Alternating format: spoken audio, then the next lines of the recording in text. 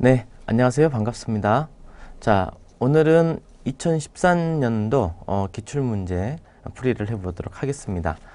자, 첫 번째 문제는요. 요구사항 모델링 기법과 가장 관련이 있는 것은 무엇이냐라고 했습니다. 자, 요구사항에 대해서 설계하는 방법이라고 이렇게 되어 있죠. 자, 먼저 일단은 이 중에서 여러분들께서 아마 좀 공부를 좀 해보셨다면 아마 이렇게 딱 눈에 들어오시지 않을까 싶긴 한데 그 중에서도 특히 UML과 CPM 같은 경우에는 우리가 흔히 좀 다루는 부분이기도 하죠.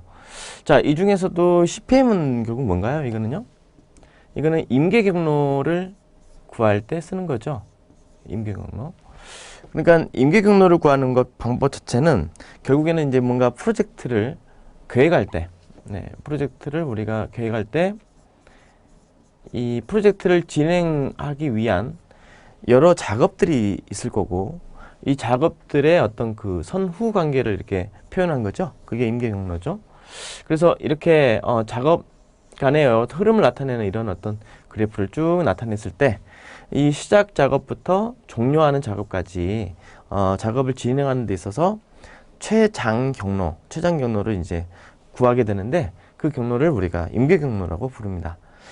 임계 경로상에 있는 어떤 작업이든지 간에 딜레이가 되어지면 전체 프로젝트가 딜레이가 되어지기 때문에 다른 작업도 물론 중요하긴 합니다만, 특히 임계 경로상에 존재하는 작업들은 특별하게 신경을 써서 스케줄 관리를 해야 된다는 거 있죠.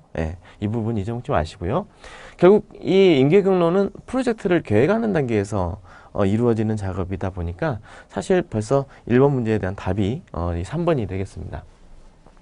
자, UML이라고 하는 거는 Unified Modeling Language라고 하죠. 그러니까 어떤 특정 프로그래밍 언어에 종속되지 않은 뭔가 독립적 모델을 만들 때 사용하는 언어라고 볼 수 있습니다. 그래서 UML을 이용해서 여러분들께서 다양한 모델링을 하실 수가 있습니다. 즉, 프로그래밍을 하기 앞서서 우리가 요구 분석을 하는 그런 상황에서 요구사항들, 명세서를 보고 그걸 바탕으로 해서 유즈 케이스 다이어그램 같은 것들을 이제 그려서 또는 굉장히 다양한 다이어그램들이 있죠. 상태 다이어그램이라든지 등등등등 굉장히 다양한 다이어그램들이 존재하는데, 이런 것들을 그려서 전체적인 그 프로그램에 대한 흐름이라든지 이런 것들을 우리가 일목요연하게 정리할 수 있습니다.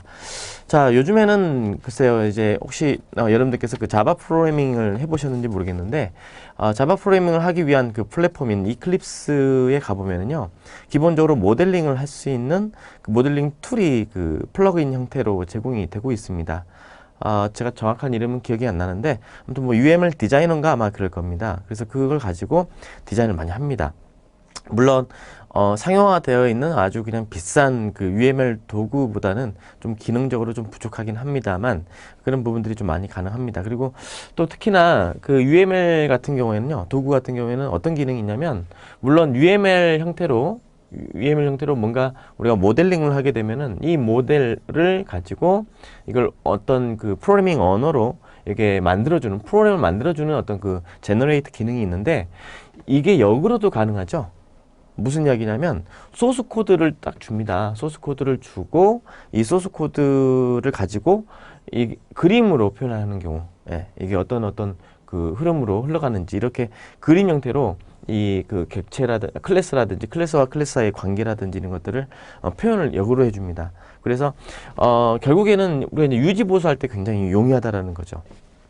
실제 그 유지보수 같은 거 하다 보면은 우리가 이런 경우 많이 있죠. 그 코드는 있는데 누군가가 이 코드를 설명해 줄 사람이 없는 거예요. 그럴 때가 많죠. 이직률이 아무래도 그 소프트웨어 개발 쪽도 많습니다. 그러다 보니까 그런 경우가 흔히 있는데, 이럴 때는 이렇게 UML 도구를 이용해서 코드를 가지고 그림으로 변환해 주면 결국 그림에 대한 흐름, 관계 이런 것들을 봄으로써 전체적인 구조를 우리가 어느 정도 이렇게 파악할 수 있다라는 어떤 그런 장점이 있는 거죠.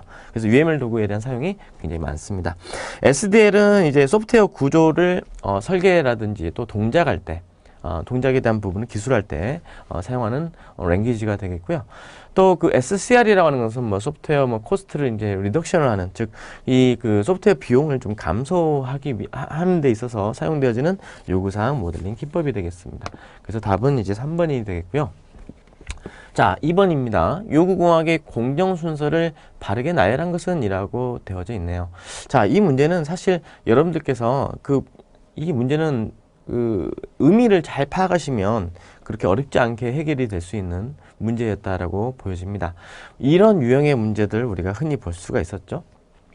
자, 일단 이 네 가지 중에서 가장 먼저 해야 될 게 뭘까요? 자, 분석을 먼저 해야 될까요? 아니면 검증을 먼저 해야 될까요? 그게 아니면 명세를 먼저 해야 될까요? 아니면 추출을 먼저 해야 될까요? 자, 어딘지 모르게 이 추출이라는 이 단어가 괜히 나중에 뭔가 해야 될 것 같은, 중간에 해야 될 것 같은 느낌이 사실은 드는데 여기에 함정이 있는 거죠. 예. 그러니까 요구공학 같은 경우는 요구사항을 우리가 고객의 요구사항을 추출을 해가지고 그걸 기반으로 해서 그걸 이제 우리가 명세해가지고 그걸 뭐 분석도 하고 그걸 또 결과를 검증하는 이런 어떤 단계를 거치는 그런 어떤 부분입니다. 그러다 보니까 먼저 그 요구사항에 대해서 추출을 해주는 부분이 먼저 필요하겠죠. 요구사항이 어떤 것들이 있는지. 그러면 요구사항을 이제 추출을 했다면 그 추출한 걸 가지고 분석을 합니다. 자, 분석을 했습니다.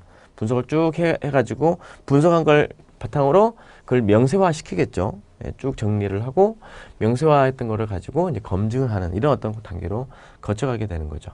자, 그래서 답은 4번이 이렇게 되겠고요.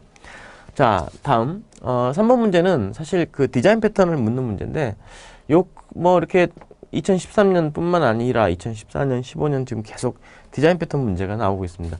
물론 이게 몇 년 전만 해도 출제가 안 됐었는데 이 문제가 아마도 출제가 될 것 같다라고 저는 이제 예상을 했는데 그 이후로 계속 지금 나오고 있더라고요. 근데 이게 디자인 패턴 같은 경우에는 사실 문제로 내기에도 좀 그렇게 이렇게 종류가 좀 굉장히 또 다양히 또 있고 또 이 요즘 개발하는 개발자의 어떤 프로그래밍도 결국 이런 어떤 패턴에 대한 이해를 어느 정도 하고 있으면 굉장히 효율적인 프로그램이 나올 수가 있습니다. 그래서 굉장히 우리 7급 공무원 시험 같은 경우에는 아무래도 중간 관리자 역할을 하는 어떤 그런 어떤 부분이 그 책임이 좀 많이 있다 보니까 이런 어떤 패턴들에 대한 내용들도 좀 알고 있을 필요가 있을 것 같습니다. 그래서 이런 유형의 문제가 또 나왔는데 자, 이건 사실 여러분들께서 패턴을 공부를 하려면 시간이 굉장히 많이 걸립니다. 하나하나를 이해하는데 또 어느 정도 그 프로그래밍 능력도 좀 요구가 되는데 제 생각은 그렇습니다. 그냥 한 20가지 조금 넘거든요. 그 20가지 좀 넘으니까 좀 키워드 중심으로 좀 이렇게 암기하실 거는 그냥 암기하시고 이해할 수 있는 부분은 좀 이해를 하고 그렇게 넘어가시는 게 제일 좋지 않을까 그렇게 생각이 됩니다. 자, 일대다라는 말이 키포인트가 되겠습니다. 자, 일대다의 객체 사이의 의존 관계를 정의를 했다. 자, 그리고 한 객체의 상태가 변화가 되었을 때 이와 이 객체하고 관련이 있는 또 이 객체의 의존 관계에 있는 다른 어떤 객체들에게 자동적으로 그 객체의 상태의 변화에 대해서 통지를 한다라고 되어 있죠. 자, 이걸 우리가 관찰차 패턴이라고 합니다. 관찰차 패턴. 그래서 observer 패턴이라고 하죠.